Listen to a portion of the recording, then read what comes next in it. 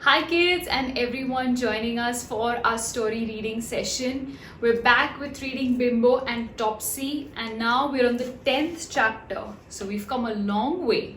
And this one reads The Little Red Jersey. So let's begin. Mistress was making a little red jersey for Imogen. She had done the back and now she was doing the front. Topsy and Bimbo often watched her knitting needles going clickety-click as she worked. So a jersey is also called a sweater, something that you wear in winter to keep you nice and warm. Dear, dear, how careless I am, said Mistress one morning. I've dropped at least 3 stitches. Topsy pricked up her ears. Poor Mistress. Never mind, woofed Topsy. I'll find the stitches you've dropped. Come on, Bimbo, help me. They must be somewhere under the mistress's chair because that's where she's been sitting for some time while she knitted. Topsy has some sense of humor, I tell you. Well, Topsy hunted all around with a little black nose to the ground, but she couldn't find those dropped stitches at all. And Bimbo hunted too, till he was quite tired with looking. What are you two animals rushing round and round my leg for? Said Mistress at last. Anyone would think I've dropped some sardines or something, the way you are nosing around my chair. Mistress, you didn't drop sardines, but you said you dropped some stitches, barked Topsy. We are trying to find them for you. Then Mistress laughed and laughed. You silly little dog, she said. When people drop stitches in their knitting, they don't drop them on the floor. But all the same, it was very sweet of you to try to find them. Don't worry anymore. I have picked them up myself. That's funny, said Bimbo to Topsy. I didn't see Mistress pick up anything. Did you?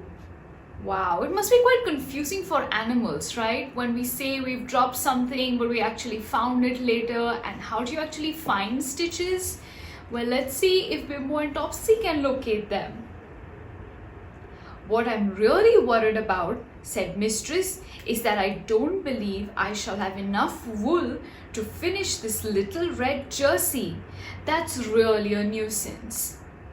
She rolled up the knitting and put it into a bag. Then she gave Topsy a pat and Bimbo a stroke and went out of the room. Cozy came running in. Topsy told her about the jersey. Mistress says she won't have enough wool to finish the little jersey, said Topsy. Cozy looked up at the bag where the knitting was. A strand of red wool was sticking out of it. I think all these pets, Cozy, Topsy and Bimbo, are up to some kind of mischief again. I wouldn't be keeping my wool lying around like that, would you? Because I know for a fact that pets tend to pick up everything that you leave around and start playing with it. So let's see what these guys are going to do now. I'd like to see that jersey, said Cozy.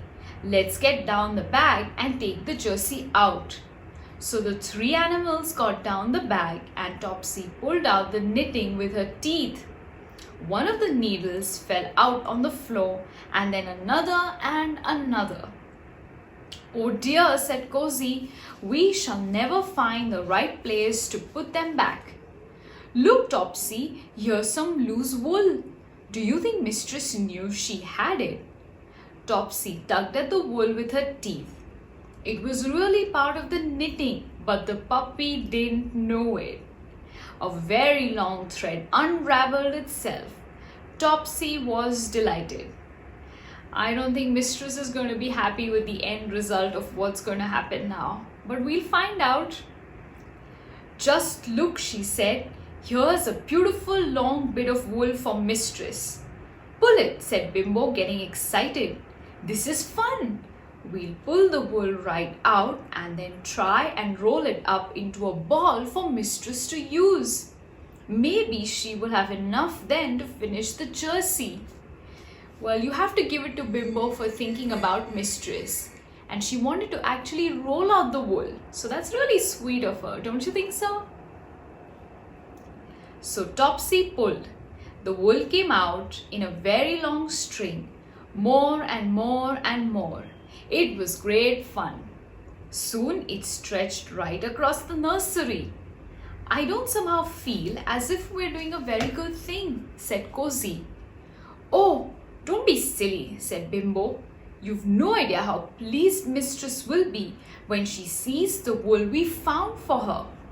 Perhaps she didn't know she got all this tucked away in the bag. More and more wool came out as the jersey unraveled. Cozy tried to roll it up into a ball, but the more she tried, the worse tangle it got into. Then Bimbo went mad. He often did when he had a string or something like that to play with. He raced round the room, getting all tangled up in the strands of wool. They got caught round chair legs, they got wound round the table. Soon the room looked most peculiar indeed. Wow, you can imagine when Mistress is going to walk into that room and see all of this wool tied up on the chairs, the tables, and of course the animals. She's not going to be too happy about it. I don't feel as if Mistress will like this much, said Topsy at last. I'm sure we've got enough wool to make into a beautiful big ball for Mistress. Quite enough to finish the jersey, but it won't seem to roll up tidily. It keeps getting into a terrible tangle. Just then, the nursery door opened and in came Jillian. How she stared when she saw the wool wound round the nursery furniture. Mummy, she called, come in quickly. The animals have got your knitting. Mistress came running into the room. Good gracious, she cried, the mischievous things. Oh, look, they've pulled the little red jersey all undone. I shall have to begin it all over again. Bad Topsy, bad Bimbo, naughty Cozy. Mistress, don't be cross. Don't you see what a lovely lot of wool we found for you, woofed Topsy. You will be able to finish the jersey now. Finish it, cried Mistress. Begin it all over, you mean. Why, the wool you found for me is the wool I knitted into a jersey. Now you've pulled it all undone. Where's the slipper? There's a good spanking coming to all of you if you just wait a minute. But nobody waited. Topsy fled downstairs with her tail between her legs and hid under the lilac bush. Cozy disappeared into the wall in the next garden. Bimbo climbed up to the top of the shed where he was quite safe. And poor Mistress had to spend an hour unwinding the wool from the furniture. You can guess that she didn't feel pleased at all. Wow, so you know that cats love to play with a ball of wool, don't you? You should be really careful with all your things when you keep them in front of your pets, because you never know the time you turn your back, your cat or your dog has got a hold of it. So be careful, all right?